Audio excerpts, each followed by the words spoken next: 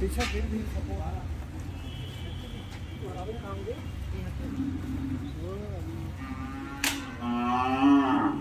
बेटी को कोई जानवर बना ठीक है, कोई जानवर बना ठीक है।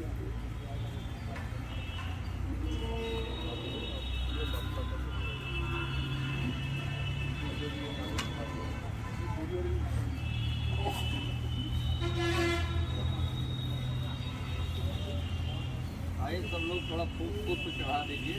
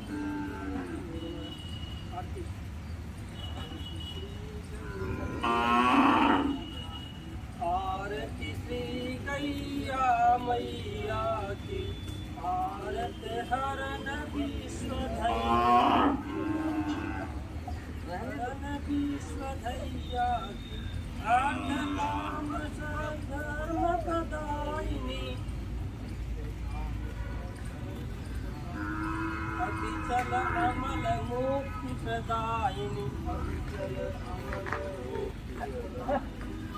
मानव सौभाग्य विधायिनी प्यारी पूज्य नंद छैया की आरती श्री गैया मैया की अखिल विश्व प्रतिपालिनी माता मधुर अमित दुग्धान प्रदाता रोग शोक संकट प्रतित्राता अवसागर दृढ़ नैया की आरती श्री गैया मैया की आज ओज आरोग्य दुख दैन्य दारिद्र विनाशिनी क्षमा सौख्य समृद्धि प्रकाशिनी विमल विवेक बुद्धि दैया की आरती श्री गैया मैया की सेवक हो चाहे दुखदाई समय पर सुधा पियावत माई सत्मित्र सबको सुखदाई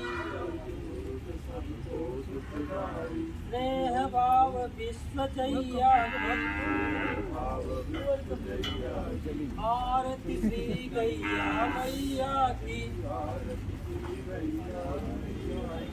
सच्चिदानंद भगवान की भारत माता की गौ माता की गंगा माता की श्री राम जन्मभूमि की श्री कृष्ण जन्मभूमि की काशी विश्वनाथ की पवन सुत हनुमान की सब संतन की सब भक्तन की धर्म की अधर्म का प्राणियों में विश्व का गो हत्या धर्मांतरण भारत हर हर महादेव।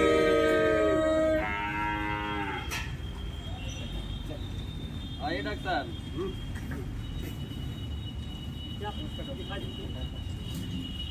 सर आ जाओ, आगे आओ।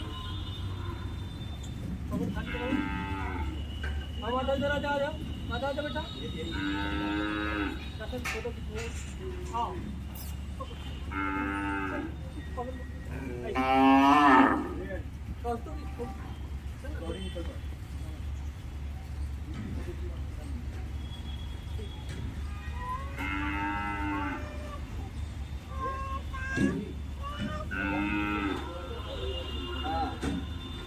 आइए सब लोग फोटो ले लेते हैं।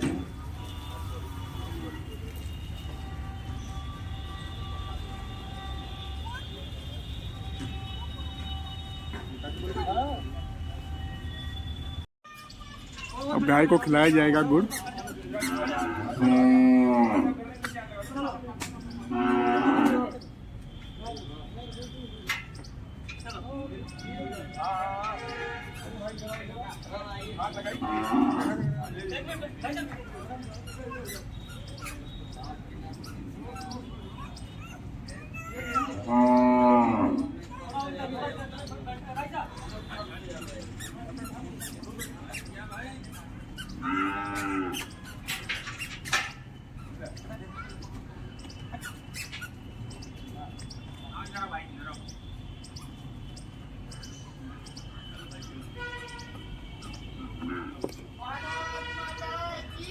जय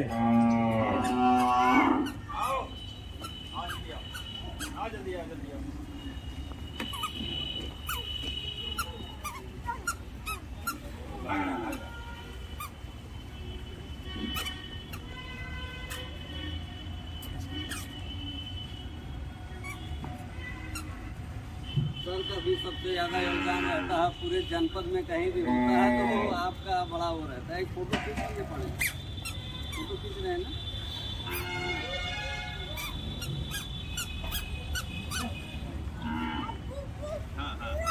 तुम लिया पालो उसको, ले अपने घर खुश है। भाग गए तो हम। भागी भागी भागी भागी इसके बराबर चंद्रसेन जी हैं, आपका भी बहुत बड़ा योगदान रहता है और अपनी सत्ता आपको दे।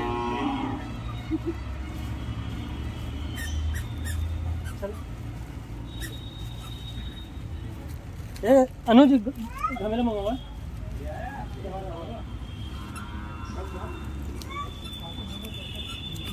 ये गुड़ खिया देते अपने अपने यहाँ पे छोड़ दो। लड्डू खा लेंगे सर। चलो भाई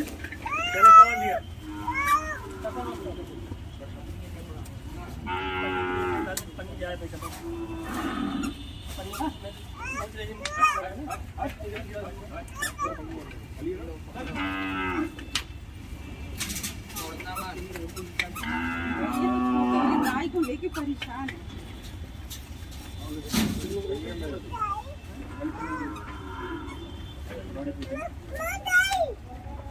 कौन खाएगा? वो नहीं खाए।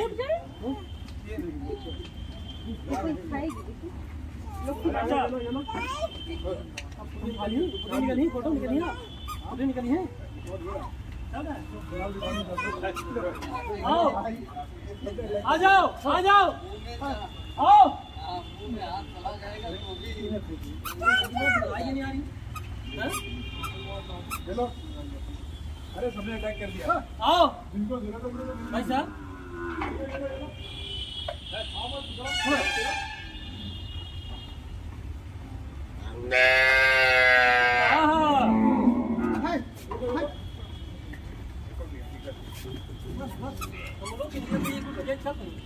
पासवर्ड डाल रुको यार, एक पासवर्ड डाल। चलो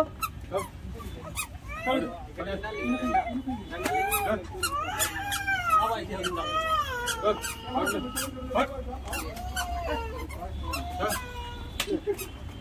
आयो ये पहलवान में ये लो पहलवान।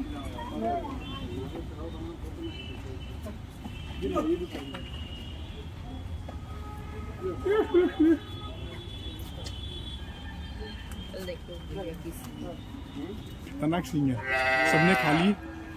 ये सबसे ज्यादा खाई है, बाकी गाय नहीं खा पाई अभी।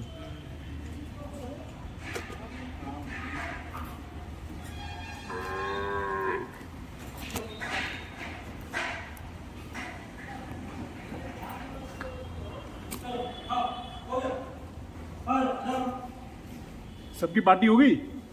पासवर्ड डालो के लिए पासवर्ड डालो।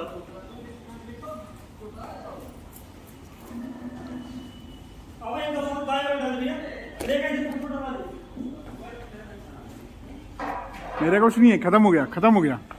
अब मेरे पास खत्म हो गया, सॉरी, सब खत्म हो गया। और आएगी भी।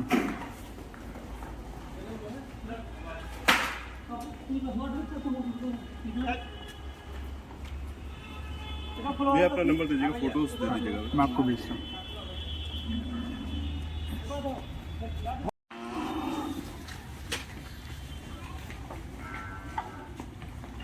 ये देखिए नंदी बाबा है, ये पीछे फिर टहलते रहते हैं। जी आओ नंदी, अभी खाने में मस्त है, थोड़ा अस्वस्थ ही भाई। ये अभी तो उम्र हो गई। यहाँ पे ज्यादातर जितनी गाय आती हैं सबकी उम्र ज्यादा हो रहती है। ये कसाई के द्वारा ले जाए जा रहे थे। जी जितनी सूचना मिली थी, मैंने इनको पकड़ाया था सिकरारा थाने के पास रात में। सुबह फिर इनको यहाँ ले आया। 26 गौबर थे उस ट्रक में, जिसमें 6 मर गए थे और 20 जिंदा थे। सब बड़े बड़े नंदी थे। जी इसमें कई नंदी बाबा को हमने जो नहीं नाथ के लिए चलते हैं जी बैलगाड़ी में, हाँ। बैलगाड़ी वालों को दे दिया गया उनका आधार कार्ड, उनका सब कुछ डिटेल लेके जी। कि जब तक जिंदा रहेंगे जी तब तक आप इनके अपने यहाँ रखिए, इनको बेचना नहीं है, इनको छोड़ना नहीं है। इस उद्देश्य इनको दिया गया है। आप अपना काम करिए, इनको खिलाइए। और बाकी जो 2-4 ठो भी हैं वो यहाँ अपना गौशाले में है। आज भाई राजीव दीक्षित जी के पुण्यतिथि और जन्मदिन के शुभ अवसर पर गौशाले में उनकी पुण्यतिथि मनाई गई, क्योंकि राजीव भाई दीक्षित जी का गौ माता के प्रति एक अच्छा विचार था। गौ माता को कैसे बचाया जाए, तो उनका पूरा प्रयास उनका ये था कि गौ माता के लिए कैसे क्या किया जाए कि हमारी गौ माताएं सुरक्षित रहें। इस उद्देश्य से आज उनके पुण्यतिथि पे गौशाला में उनका पुण्यतिथि मना के गौ माता को गुड़ और पशुहार वितरित किया गया, गौ माता का आरती पूजन करके, जिससे एक अच्छा संदेश जाए, लोग गौ माता से जुड़े और गौ माता के प्रति अपना वो विचार लोगों पर शेयर करें कि भाई हमें गौ माता के नज़दीक रहना चाहिए, जिससे हमें बहुत प्रकार के बेनिफिट मिलेंगे। किसी प्रकार का रोग नहीं होता गौ माता के साथ रहने से। कोरोना काल में आज तक आपने देखा होगा कि जो व्यक्ति गौशाला में काम कर रहे थे, ऐसे व्यक्ति के साथ कोरोना का कोई असर नहीं पड़ा है। बहुत बढ़िया। सूर्यांश प्रकाश सिंह, जिला संयोजक, राष्ट्रीय गोरक्षा आंदोलन समिति जौनपुर। आज हम लोग भाई राजीव दीक्षित जी की बलिदान दिवस व जन्म दिवस दोनों ही मनाने के लिए यहाँ पर उपस्थित हुए हैं। भाई राजीव दीक्षित जी एक बहुत ही महान राष्ट्रवादी चिंतक और विचारक थे, जिनका अल्प आयु में ही देहांत हो गया, मगर अपने अल्प आयु में उन्होंने भारत की संस्कृति को, सभ्यता को, भारत की प्राकृतिक संसाधनों को और भारत की प्राकृतिक चिकित्सा को बचाने के लिए बहुत ही क्रांतिकारी काम किया। आज हम सब उनके इस बलिदान दिवस व जन्म दिवस पर उनको हृदय से नमन करते हैं और उनको प्रणाम करते हैं। जय गौ माता। मैं डॉक्टर अमरनाथ पांडे, किंचन फाउंडेशन चेयरमैन। राजीव भाई दीक्षित का आज बलिदान दिवस और जन्म दिवस 30 नवंबर को विगत 11 वर्षों से हम लोग मना रहे हैं। आज 11वां बलिदान दिवस उनका है। इस उपलक्ष्य में एक श्रद्धांजलि सभा यहाँ गौशाला में आयोजित की गई थी। मेन उद्देश्य यह था कि राजू भाई ने गौ माता के लिए इन्होंने बहुत ही अपना व्याख्यान दिया है। उन्होंने ही यह बताया है कि गौ माता एक अगर उनका मांस बिकेगा तो सिर्फ 35,000 में बिकेगा, और अगर वो गौ माता पूरे अपने लाइफ टाइम तक रहेंगी तो 1,35,000 से भी ज़्यादा तो गौमूत्र और गोबर और दूध भी ये सब दे सकती हैं। तो गौ माता का महत्व तो उन्होंने बहुत ही ज़ोर शोर से उठाया और कई बार इसकी वजह से उनको बहुत ही संघर्ष का सामना करना पड़ा। इन्होंने ही बताया मिट्टी के बर्तन का उपयोग और प्राकृतिक जैविक खेती के लिए जीरो पैसे पे कोई भी पैसा ना लगे, उसके लिए उन्होंने खेती के बारे में अपना बहुत ही बड़ा व्याख्यान दिया है। और स्वदेशी आंदोलन के एक तरह से कहें कि जनक रहे तो राजीव भाई दीक्षित रहे, उसके अलावा कोई नहीं रहा। और असामयिक उनकी मृत्यु से पूरा देश क्या पूरा दुनिया में खलबली मची। ये उनकी सच्ची श्रद्धांजलि यही होगी कि लोग एल्युमिनियम के बर्तन का प्रयोग ना करें, मिट्टी के बर्तन का प्रयोग करें या स्टील या तांबा पीतल ये सब का प्रयोग करें। एल्युमिनियम के बर्तन का प्रयोग सबसे बड़ा जहर उन्होंने बताया, उन्होंने सिद्ध भी किया। तमाम विदेशी कंपनियों को उन्होंने भगाया। तो हम लोग उनकी हमेशा हर साल श्रद्धांजलि सभा करते हैं, मनाते हैं किंचन फाउंडेशन के द्वारा। आज यहाँ गौशाला में किया गया। यही वो। मैं प्रजापिता ब्रह्मा कुमारी ईश्वरी विश्वविद्यालय से बीके सुनीता बहन। आज हम लोग यहाँ भाई राजीव जी के श्रद्धांजलि के लिए उपस्थित थे। हम लोगों को बचपन में एक निबंध आता था गाय पे लिखने के लिए। गाय पे हम लोग निबंध सिर्फ किताबों में लिख कर आ जाते थे, बट वास्तव में आज हम यहाँ आए हैं पहली बार और देखा हमने कि वाकई में गाय की कितनी अच्छी सी सेवा ये पवन भाई जी हैं, हमारे अमर पांडे जी हैं, भाई राजीव जी कितनी अच्छी से सेवाएं गाय माता की कर रहे थे। सच्ची तो क्या बोलेंगे, निबंध लिखना इसको कहते हैं। किताबों में लिखना तो बहुत बड़ी बात नहीं होती है, सच्ची सेवा तो अभी हम आके यहाँ देखे कि गौ की सच्ची सेवा हमारे भाई को बहुत अच्छी तरह से कर रहे हैं और हम इनको बहुत श्रद्धा से श्रद्धांजलि अर्पित करते हैं। ओम शांति। दिनेश कुमार ग्राम नदिया पार करंजा कला जौनपुर का रहने वाला हूँ। डॉक्टर श्री अमरनाथ पांडे जी द्वारा संचालित किंचन फाउंडेशन का सक्रिय कार्यकर्ता हूँ। और आज 30 नवंबर तो हम लोग राजीव भाई दीक्षित जी के 11वें बलिदान दिवस के अवसर पर उपस्थित हुए हैं, जिसमें राजीव भाई ने देश की आज़ादी से लेकर के और वर्तमान में जो दुर्व्यवस्थाएं हैं उस पर हर चीज़ों पर उनका व्याख्यान है। और राजीव भाई ने बताया कि किस तरह अंग्रेज़ जो है चले गए, लेकिन काले अंग्रेज़ जो है हमारी अर्थव्यवस्था को आज भी से उसी तरह चौपट कर रहे हैं। और उन्होंने पूरी तरह बताया कि किस तरह जो है हमारी शिक्षा व्यवस्था चौपट की गई। मैं काले जब यहाँ आया तो वो अपने लेटर में लिखता है, पत्र में लिखता है कि भारत की जो शिक्षा व्यवस्था है वो पूरे विश्व में सबसे सुदृढ़ व्यवस्था है, पूरे विश्व की सबसे सुदृढ़ व्यवस्था है। और अगर इसको भारत को नष्ट करना है तो यहाँ के गुरुकुल को बंद करना पड़ेगा, यहाँ के कानून व्यवस्था जो है को बंद करना पड़ेगा। फिर उन्होंने इंडियन एजुकेशन सिस्टम लाया जिस पे जो है, और यहाँ के जो गुरुकुल संस्कृत आधारित जो गुरुकुल पद्धति थी, गुरुकुल शिक्षा थी, उसको जो है पूरा बैन लगा दिया। और 1858 में जो इंडियन एजुकेशन एक्ट पास किया 1858 में, उसके अनुसार जो है यहाँ की शिक्षा व्यवस्था को लीगल कर दिया। और उसके बाद क्या लाया? कॉन्वेंट शिक्षा। कॉन्वेंट शिक्षा क्या था? कॉन्वेंट शिक्षा की शुरुआत वहाँ किया गया कि जहाँ अनाथ बच्चे थे। ब्रिटेन में एक परंपरा है कि लोगों को बच्चे पैदा करके छोड़ देते हैं चर्च में, और वो अनाथ बच्चों के लिए वहाँ एक कॉन्वेंट स्कूल चलाया गया। और उस कॉन्वेंट को आज हमारे यहाँ चलाया जा रहा है। हमारे यहाँ सबसे पहला कॉन्वेंट चलाया गया कलकत्ता में, जो अंग्रेज़ों ने उसको सफल नहीं कर पाए। लोग माता पिता अपने बच्चे को कॉन्वेंट नहीं भेजते थे जब उन्होंने पहला चलाया।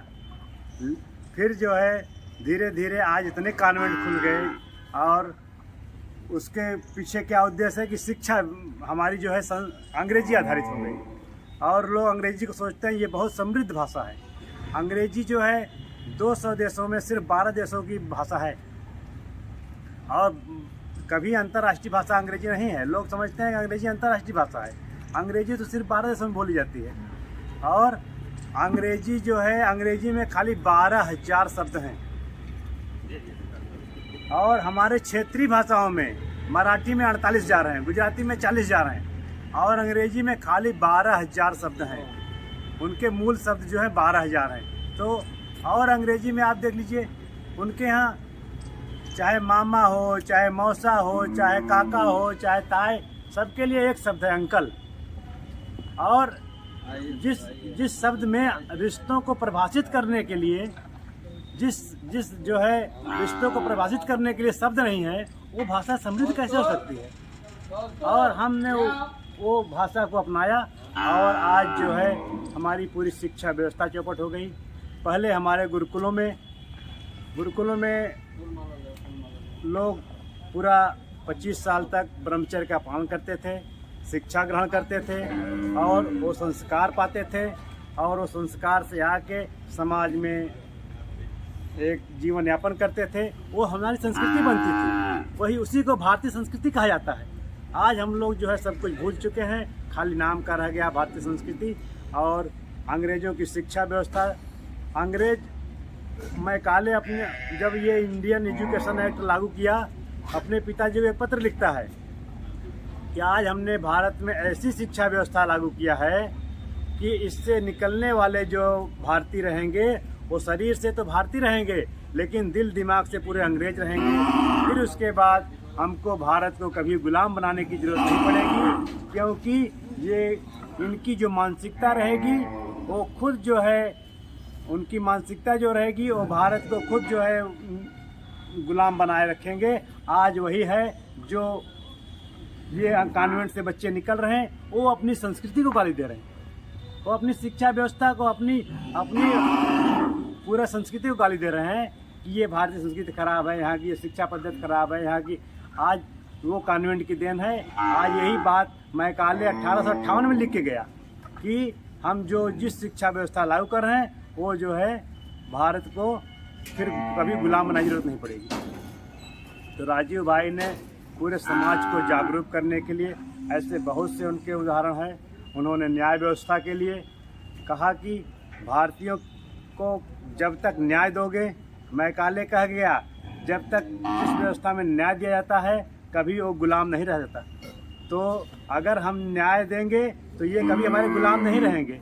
तो उनको क्या किया उन्होंने, यहाँ आईपीसी, सीआरपीसी, सीपीसी लागू किया, जिससे कि भारतीयों को न्याय न मिले। हमारे यहाँ न्याय व्यवस्था ऐसी थी कि 2 माँ एक बच्चे को लेके गई और कहे कि एक बच्चा हमारा है और दूसरा कह रहा हमारा है, और उन्होंने 2 मिनट में फैसला कर दिया कि किसका बच्चा है। और वही फैसला लेके आप आईपीसी, सीपीसी में चले जाइए, सीआरपीसी में आपको 20 साल लग जाएगी, माँ मर जाएगा, बाप मर जाएगा, पता नहीं चलेगा किसका बच्चा है। तो ये हमारी न्याय व्यवस्था है आज, और कभी इस व्यवस्था से हमको न्याय नहीं मिल सकता। हमको हमारा प्रगति तब होगा जब हमारी व्यवस्था के अनुसार, हमारी संस्कृति के अनुसार हमारा जो है विकास किया जाएगा। ये समझने की ज़रूरत है कि हमारी जो है खेती गौ आधारित हो, हमारे जो है न्याय व्यवस्था, हमारी न्याय संहिता, इतनी मोटी न्याय संहिता बुक लिखी गई हमारे यहाँ, आज किसी बच्चे को न जानकारी है, न किसी शिक्षक को जानकारी है कि न्याय व्यवस्था में क्या है, न्याय संहिता में क्या है। हाँ, हम लोग उसी सीआरपीसी, आईपीसी में पढ़े हैं। तो इसको देखते हुए हम ये चाहते हैं कि राजीव भाई दीक्षित के सपनों को पूरा किया जाए, लोगों को जागरूक किया जाए, सरकारें उन पर ध्यान दें। राजीव भाई दीक्षित के हर क्षेत्र में व्याख्यान है, इतिहास को किस तरह तोड़ा मरोड़ा गया, किस तरह खेती को हमारे नष्ट किया गया, किस तरह न्याय व्यवस्था, शिक्षा व्यवस्था और कानून व्यवस्था। उन्होंने, राजीव भाई ने बार बार कहा कि हम लोग तो खाली गाड़ी का ड्राइवर बदल रहे हैं, हमारी तो पूरी गाड़ी खराब है। हमारे आज जो है राजनीति में पूरा सिस्टम खराब है। हम लोग बार बार खाली चुनाव के द्वारा खाली ड्राइवर बदल रहे हैं। ड्राइवर बदलने से कभी गाड़ी नहीं बदलेगी, इसलिए पूरा सिस्टम बदलने की जरूरत है। इसी बात को ध्यान में रखते हुए हम जो है अपनी बात ख़त्म करते हैं। और जय भारत, जय भारत, जय हिंद, जय वंदे मातरम। इधर देखो, इधर सामने देखो, अंकल फोटो खींच रहे हैं। ऐसे थोड़ा बहुत बढ़िया। क्या नाम है बाबू आपका? माधव। माधव। और आपका क्या नाम है? Very good. ये 15 अगस्त नहीं, 15 अगस्त, ये 5 अगस्त।